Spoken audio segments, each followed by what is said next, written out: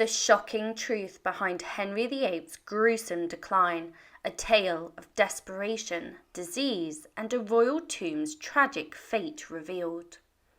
Delving into the final 7 years of Henry VIII's reign unravels a narrative of a once mighty king's descent into loneliness, vulnerability, and suffering. Henry VIII, perhaps the most famous monarch in English history, is often remembered for his tumultuous marriages rather than the complexities of his individuality. This period, from 1539 to 1547, unveils a side of Henry that starkly contrasts with the vibrant depiction in his portraits, a time when the monarch grappled with disease, financial ruin, and thwarted ambitions. Henry VIII, heralded as England's iconic king, is etched into history not only for his political prowess, but also for his marital entanglements. However, the last 7 years of his life cast him in an unfamiliar light, a figure captured not by his portraits, but by the relentless onslaught of age and infirmity. As the geriatric monarch confronted the challenges of his final years, his life transformed into a living nightmare of pain and disease. Far from the powerful and imposing ruler of his youth, Henry became a pitiable figure, depressed, vulnerable, and haunted by unrealized dreams of battlefield triumphs and personal glory. The physical toll on Henry during this period was staggering. Chronic pain in his legs forced him to rely on a staff by 1540. 2 years later, a primitive lift, operated by sweaty yeomen of the guard, hoisted him to his first-floor Whitehall apartments, and by 1545, the King's tram, a sedan chair carried by 6 attendants, became his mode of transport. An inventory from 1542 sheds light on Henry's hidden vulnerabilities. It includes walking staffs fitted with whistles and leather trunks resembling loud hailers for shouting. Despite rarely being alone, the king needed mechanisms to summon help urgently, a clear manifestation of his fear of falling. Weighing over 28 stone with weak legs, Henry required substantial assistance to rise. As 1545 dawned, Henry's eyesight was failing. He resorted to purchasing wire-framed spectacles from Germany, acquiring 10 pairs at a time. Unable to sign state papers, a wooden block with the royal signature known as a dry stamp was used. Safeguards against misuse included monthly lists of documents for the king's approval, but as time passed, Henry relinquished his scrutiny, ceding power to those around him. Henry's mental and emotional state also underwent a tumultuous transformation.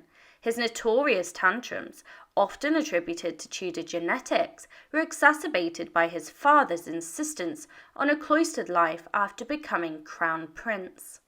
This led to signs associated with narcissistic behavior disorder, characterized by exaggerated self-importance and a lack of empathy.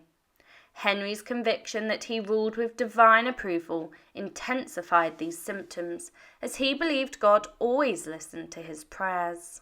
In the 1540s, Henry's mental condition further deteriorated. He grappled with frequent depression, violent mood swings, and increasing psychosis, exacerbated by his gross obesity, moon-like face, and slow-healing wounds. It is suggested that he had Cushing's syndrome, a rare abnormality triggered by excessive cortisol, was likely the culprit. Research points to traumatic brain injuries such as the one Henry suffered in the Greenwich Joust of 1536 as the root cause. As Henry's physical and mental health declined, he faced another indisposition of his legs towards the end of his life. Doctors resorted to cauterizing his legs with hot irons to burn away infected tissues, providing a temporary reprieve. However, the inevitable moment approached, and Henry's doctors hesitated to warn their ailing patient. On January 27, 1547, Sir Anthony Denny, Groom of the Stall, undertook the difficult task of broaching the subject with Henry. Despite being conscious but frail, Henry agreed to see Thomas Cranmer, Archbishop of Canterbury, with the caveat that he would take a little sleep first. These were to be Henry's last words. Shortly after uttering them, he sank into a coma. Cranmer, delayed by freezing weather, arrived after midnight. Seeking a sign of faith, he grasped Henry's hand, and the dying king responded with a firm grip. Henry VIII passed away around 2 a.m. on the 28th of January, 1547, likely succumbing to kidney failure. At the time of his death, Henry was 55 years and 7 months old, having ruled England and Wales with an iron fist for 37 years and 281 days. Despite the tumultuous nature of his personal life, including divorces, executions, and a litany of childbirth-related tragedies, the Tudor dynasty persisted.